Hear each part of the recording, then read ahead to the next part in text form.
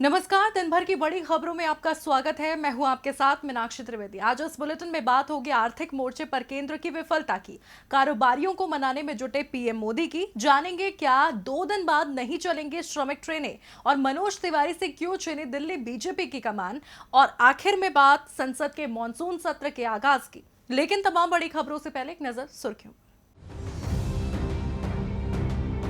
कांग्रेस नेताओं ने social media पर केंद्रीय गृह मंत्री अमित शाह और केंद्र सरकार पर साधा निशाना। कहा, इंटेलिजेंस फेल, सरकार दे जवाब, भारत के दूसरे देशों के साथ खराब हो रहे हैं संबंध। उत्तर प्रदेश के पूर्व सीएम और बसपा प्रमुख मायावती ने केंद्र सरकार को किया आगाह। कहा, आम आदमी की परेशानियों को नजरअंदाज करने की भूल न करे सरकार। हरियाणा के पूर्व सीएम भूपेंद्र सिंह हुड्डा का खट्टर सरकार पर तंज। कहा, बीते 2 महीनों में हुए कई किसान विरोधी फैसले, देश मौजूदा स्वास्थ्य हालात से लड़ रहा है और राज्य में सरसों और चना की खरीद में गड़बड़ी की खबरें आ रही हैं सामने। बिहार में गृह मंत्री अमित शाह की रैली पर तेजस्वी यादव ने दी प्रतिक्रिया। कहा, ये पहली ऐसी पार्टी है जो अपने लोगों के जाने पर मना रही है जश्न। बीते दिन अमित शाह ने ऑनलाइन चुनावी रैली का किया था ऐलान। हफ्ते के दूसरे कारोबारी दिन हरे निशान पर बंद हुआ शेयर बाजार। सेंसेक्स 522 अंक और निफ्टी 152 पॉइंट ऊपर हुआ बंद। सुर्खियों के बाद अब बात आज की सबसे बड़ी खबर की। पूर्णबंदी के चौथे चरण के बाद भले ही देश अनलॉक 1 में प्रवेश कर चुका है, आर्थिक गतिविधियां भी शुरू हो चुकी हैं, लेकिन भारत की अर्थव्यवस्था फिलहाल पटरी पर लौटती नहीं दिख रही, जिसको लेकर कांग्रेस के पूर्व अध्यक्ष राहुल गांधी ने एक बार फिर सरकार की कार्यशैली को लेकर सवाल खड़े किए हैं। इसी पर चर्चा के लिए हमारे साथ मौजूद हैं राजीव जी। लेकिन उससे पहले देखते हैं आर्थिक मोर्चे पर क्या कुछ कहा है राहुल गांधी ने। अर्थव्यवस्था को पटरी पर लाने के लिए सरकार तमाम कोशिशें कर रही है, लेकिन फिलहाल अर्थव्यवस्था को पटरी पर लाने के लिए मोदी सरकार के पास रोड मैप नजर नहीं आ रहा। अर्थव्यवस्था के मोर्चे पर मोदी सरकार की परेशानियां थमने का नाम नहीं ले रही हैं। एक के बाद एक रेटिंग एजेंसियां भारत की जीडीपी ग्रोथ को घटाती नजर आ रही हैं। आर्थिक मोर्चे पर सरकार की कार्यशैली को लेकर विपक्ष पहले ही सवाल खड़े करता आ रहा था। अब जब मूडीज ने भारत की रेटिंग Baa2 से घटाकर Baa3 कर दी है, तो विपक्ष के तेवर और तल्ख हो गए हैं। मूडीज की रिपोर्ट सामने आने के बाद कांग्रेस के पूर्व अध्यक्ष राहुल गांधी ने ट्वीट किया। मूडीज ने मोदी की अगुवाई में भारतीय अर्थव्यवस्था की स्थिति को कबाड़ यानी जंक के एक कदम ऊपर रेट किया है। गरीबों और एमएसएमई क्षेत्र को मदद के अभाव का मतलब ये है कि आगे हालात ज्यादा खराब होने वाले हैं। दरअसल राहुल गांधी इससे पहले भी अर्थव्यवस्था के मुद्दे पर चिंता जाहिर कर चुके हैं। अर्थव्यवस्था को लेकर राहुल गांधी ने पूर्व आरबीआई गवर्नर रघुराम राजन से भी बात की थी। इसके अलावा राहुल गांधी कई सुझाव भी सरकार को दे चुके हैं, लेकिन सरकार विपक्ष के सुझावों को ज्यादा तवज्जो देती नजर नहीं आ रही है। लिहाजा कांग्रेस पार्टी ने अब मोदी सरकार से सवाल पूछना शुरू कर दिया है। अर्थव्यवस्था के मोर्चे पर मोदी सरकार के पास चुनौतियों का अंबार लगा हुआ है। देखना होगा मोदी सरकार अर्थव्यवस्था को पटरी पर लाने के लिए क्या कदम उठाती है। अब रुख करते हैं राजीव जी का। राजीव जी, आपका स्वागत है। धन्यवाद मीनाक्षी। राजीव जी, देश की अर्थव्यवस्था किस हालात में है ये तो किसी से छिपा नहीं है। ऐसे में एक तरफ पीएम मोदी अर्थव्यवस्था को पटरी पर लाने का भरोसा जता रहे हैं, तो वहीं दूसरी तरफ रेटिंग एजेंसियां बता रही हैं कि हालात और खराब होने वाले हैं। इसे आप किस तरह से देखते हैं? जी मीनाक्षी, आज पीएम मोदी ने कॉन्फेडरेशन ऑफ इंडियन इंडस्ट्री यानी कि CII के एक कार्यक्रम को वीडियो कॉन्फ्रेंसिंग के जरिए संबोधित करते हुए कहा है कि देश को हम सही दिशा में ले जा रहे हैं और अब आत्मनिर्भर भारत बनाने के लिए हमें 5 बातों पर ध्यान देना होगा।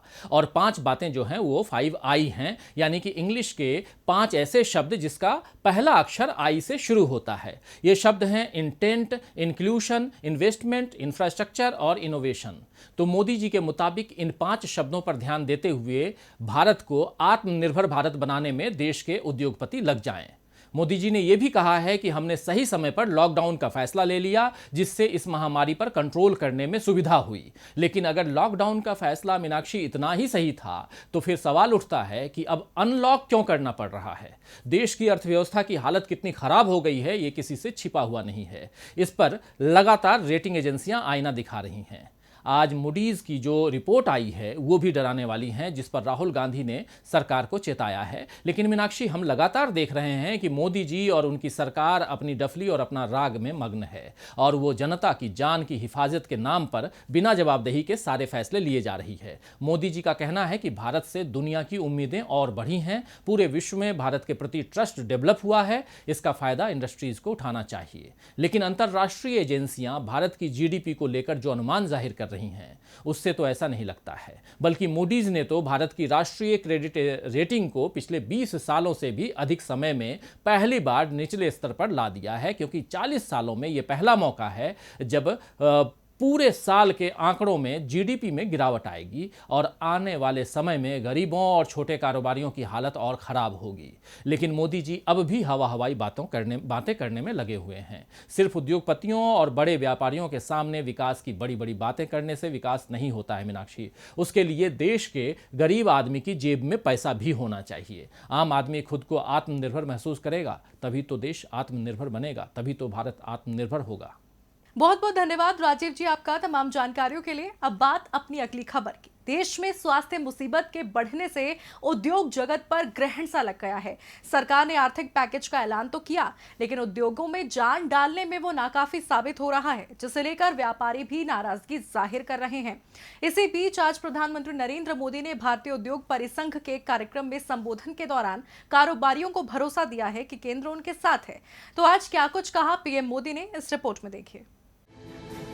देश में स्वास्थ्य हालात के बीच आर्थिक मोर्चे पर कई तरह की चुनौतियां खड़ी हो चुकी हैं, क्योंकि मुसीबत को रोकने के लिए जो पूर्णबंदी की गई उसने कारोबार ठप कर दिया और पहले से सुस्त पड़ी अर्थव्यवस्था को और भी खस्ता कर दिया। हालांकि केंद्र सरकार ने अर्थव्यवस्था को फिर से पटरी पर लाने के लिए आत्मनिर्भर भारत अभियान की शुरुआत की है, लेकिन उद्योग जगत बेहद परेशान है। सरकार से स्पेशल पैकेज की कई बार मांग कर चुका है। विपक्ष भी केंद्र को उद्योगों की रफ्तार देने के लिए गरीबों की जेब में पैसा डालने की बात कह चुका है, ताकि मांग में आई कमी को पूरा किया जाए, लेकिन सरकार सुनने को तैयार ही नहीं है। यही कारण है कि केंद्र सरकार आर्थिक मोर्चे पर चौतरफा आलोचना का शिकार हो रही है। इस बीच आज प्रधानमंत्री नरेंद्र मोदी ने भारतीय उद्योग परिसंघ यानी CII के सालाना कार्यक्रम को संबोधित किया। प्रधानमंत्री नरेंद्र मोदी ने अपने संबोधन में कारोबारियों को भरोसा दिया कि वो उनके साथ हैं। आप एक कदम आगे बढ़ाइए, सरकार 4 कदम आगे बढ़ाएगी। पीएम मोदी ने आत्मनिर्भर भारत के निर्माण पर सरकार की सोच को सामने रखा। उन्होंने कहा, देश अब लॉकडाउन को पीछे छोड़ चुका है। पीएम ने कहा, आज से 3 महीने पहले देश में एक भी PPE किट नहीं बनती थी, लेकिन आज रोज 3 लाख किट बन रही हैं। आत्मनिर्भर भारत से जुड़ी हर जरूरत का ध्यान सरकार रखेगी। पीएम ने कहा, CII हर सेक्टर को लेकर एक रिसर्च तैयार करे और प्लान मुझे दे। आज भी हमें इस समस्या से लड़ना है तो दूसरी ओर अर्थव्यवस्था का भी ध्यान रखना है। पीएम ने कहा कि हम अपनी अर्थव्यवस्था की तेज रफ्तार को बिल्कुल वापस पाएंगे। पीएम ने कहा, मुझे देश की क्षमता, टैलेंट और टेक्नोलॉजी पर भरोसा है। यही वजह है, हमें विश्वास है कि हम एक बार फिर अर्थव्यवस्था को तेज रफ्तार देंगे। स्वास्थ्य हालात ने हमारी स्पीड भले ही धीमी कर दी हो, लेकिन भारत लॉकडाउन को पीछे छोड़कर अनलॉक फेज में घुस चुका है। रणनीतिक मामलों में किसी दूसरे पर निर्भर रहना ठीक नहीं है। आत्मनिर्भर भारत का मतलब रोजगार पैदा करना और विश्वास पैदा करना है, ताकि भारत की हिस्सेदारी ग्लोबल सप्लाई चेन में मजबूत हो सके। उन्होंने कहा, देश को आत्मनिर्भर बनाने के लिए 5 विषयों पर ध्यान देना जरूरी है। इनमें intent, inclusion, investment, infrastructure, innovation शामिल हैं। प्रधानमंत्री ने कहा, MSME की परिभाषा बदलने की मांग को पूरा कर दिया गया है। इससे छोटे कारोबारियों को लाभ मिलेगा। पीएम मोदी अपने संबोधन में जहां एक तरफ कारोबारियों की नाराजगी दूर करने की कोशिश कर रहे थे, वहीं अपने काम का बखान करने से भी पीछे नहीं हटे। ऐसे में अब कारोबारी पीएम की बात से कितना सहमत होते हैं और सरकार उनका भरोसा कितना जीत पाती है, ये देखना होगा। अब पीएम मोदी कारोबारियों की नाराजगी दूर कर कैसे अर्थव्यवस्था को रफ्तार दे पाते हैं या नहीं, ये तो आने वाला वक्त ही बताएगा। लेकिन फिलहाल रफ्तार भरती श्रमिक ट्रेनें जरूर थम सकती हैं। दरअसल अनलॉक 1 में शुरू की गई 200 ट्रेनों के संचालन के बाद सवाल उठ रहा है कि क्या अब श्रमिकों के लिए चलाई जाने वाली स्पेशल ट्रेन बंद हो जाएंगी? ये सवाल रेलवे की तरफ से दिए गए कुछ संकेतों के बाद से मुखर होने लगे हैं। क्या है पूरा मामला, इस रिपोर्ट में देखिए। रेलगाड़ियां अब पटरियों पर दौड़ती नजर आ रही हैं। 1 जून से 200 और ट्रेनों की संख्या भी बढ़ा दी गई है, लेकिन अब श्रमिक स्पेशल ट्रेनों पर ब्रेक लग सकता है।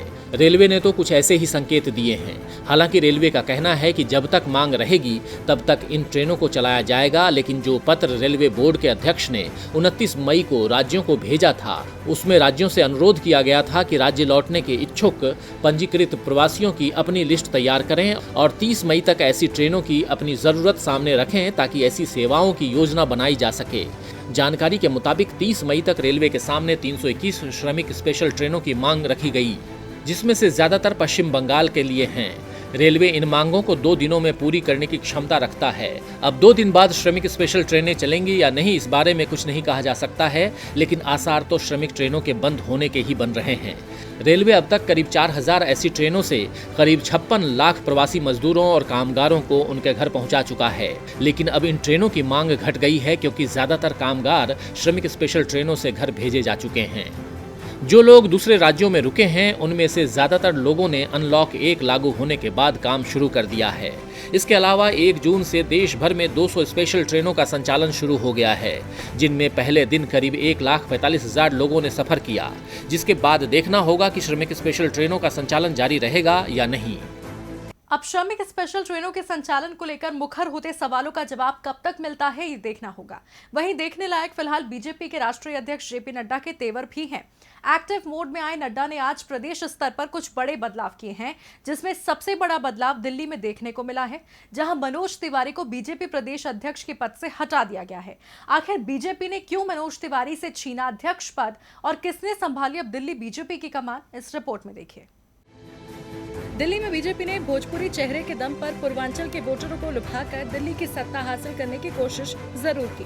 मनोज तिवारी ने भी खूब जोर लगाया, अरविंद केजरीवाल पर जमकर सियासी तीर छोड़े, लेकिन दिल्ली वालों ने बीजेपी की तमाम कोशिशों पर पानी फेर दिया।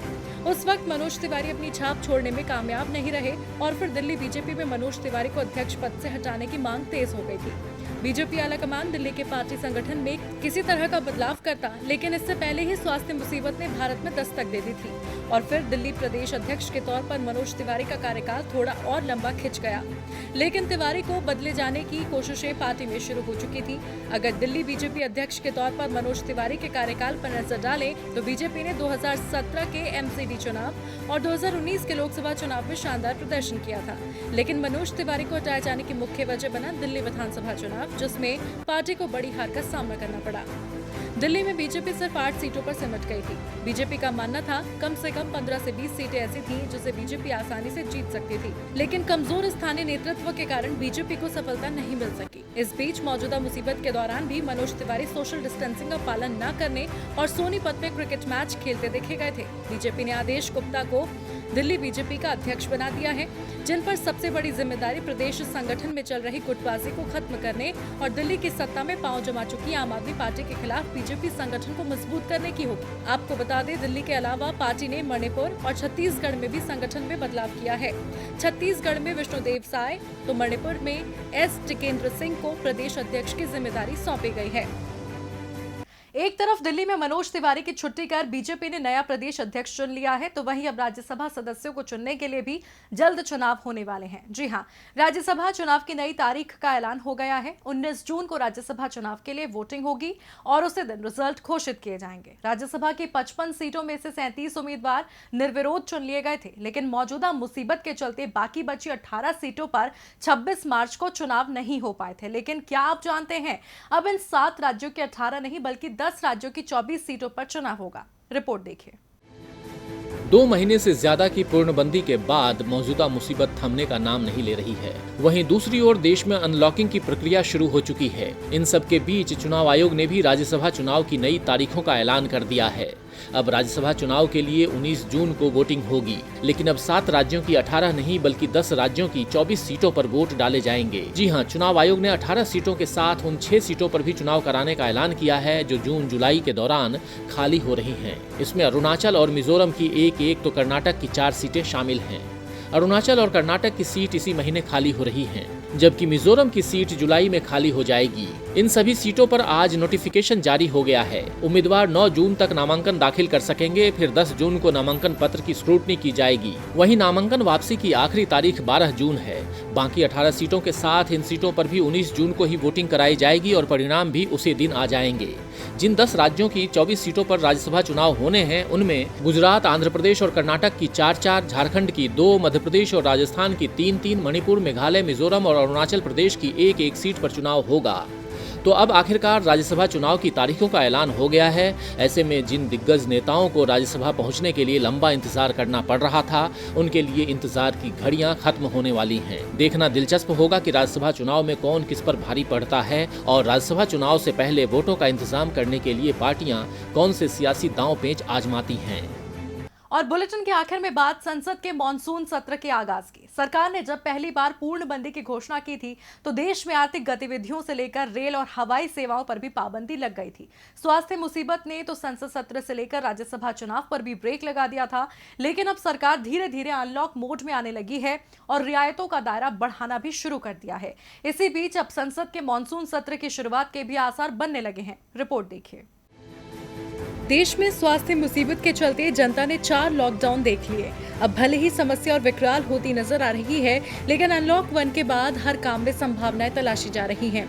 इसी कड़ी में संसद के मॉनसून सत्र को लेकर भी संभावनाएं तेज हो गई हैं, जिसको लेकर राज्यसभा के उपसभापति और लोकसभा अध्यक्ष सभी विकल्पों पर विचार कर रहे हैं।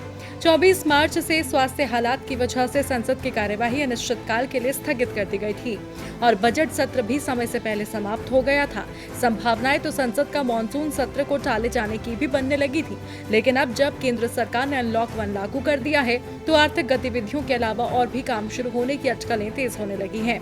इसी कड़ी में अब राज्यसभा के सभापति वेंकैया नायडू और लोकसभा अध्यक्ष ओम बिरला संसद को चलाने के लिए सभी विकल्प पर मंथन कर रहे हैं। लोकसभा स्पीकर और राज्यसभा के सभापति के साथ एक दिन पहले अहम बैठक हुई, जिसमें दोनों सदनों के सेक्रेटरी जनरल मौजूद थे।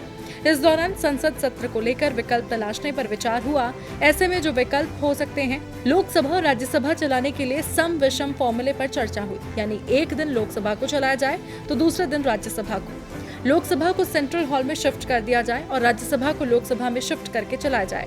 ई संसद पर भी विचार किया जा रहा है, जिसका प्रयोग विदेशों में हो चुका है। ये विकल्प वेंकैया नायडू और ओम बिरला को दिए गए हैं। फिलहाल अभी ये सब प्रस्ताव है, इन पर फाइनल मुहर लगाना बाकी है। देखना होगा किस विकल्प को अमल में लाकर कब तक संसद के मॉनसून सत्र का आगाज किया जाता है। फिलहाल दिन भर की बड़ी खबरों में इतना ही। आप देखते रहिए DB लाइव। नमस्कार।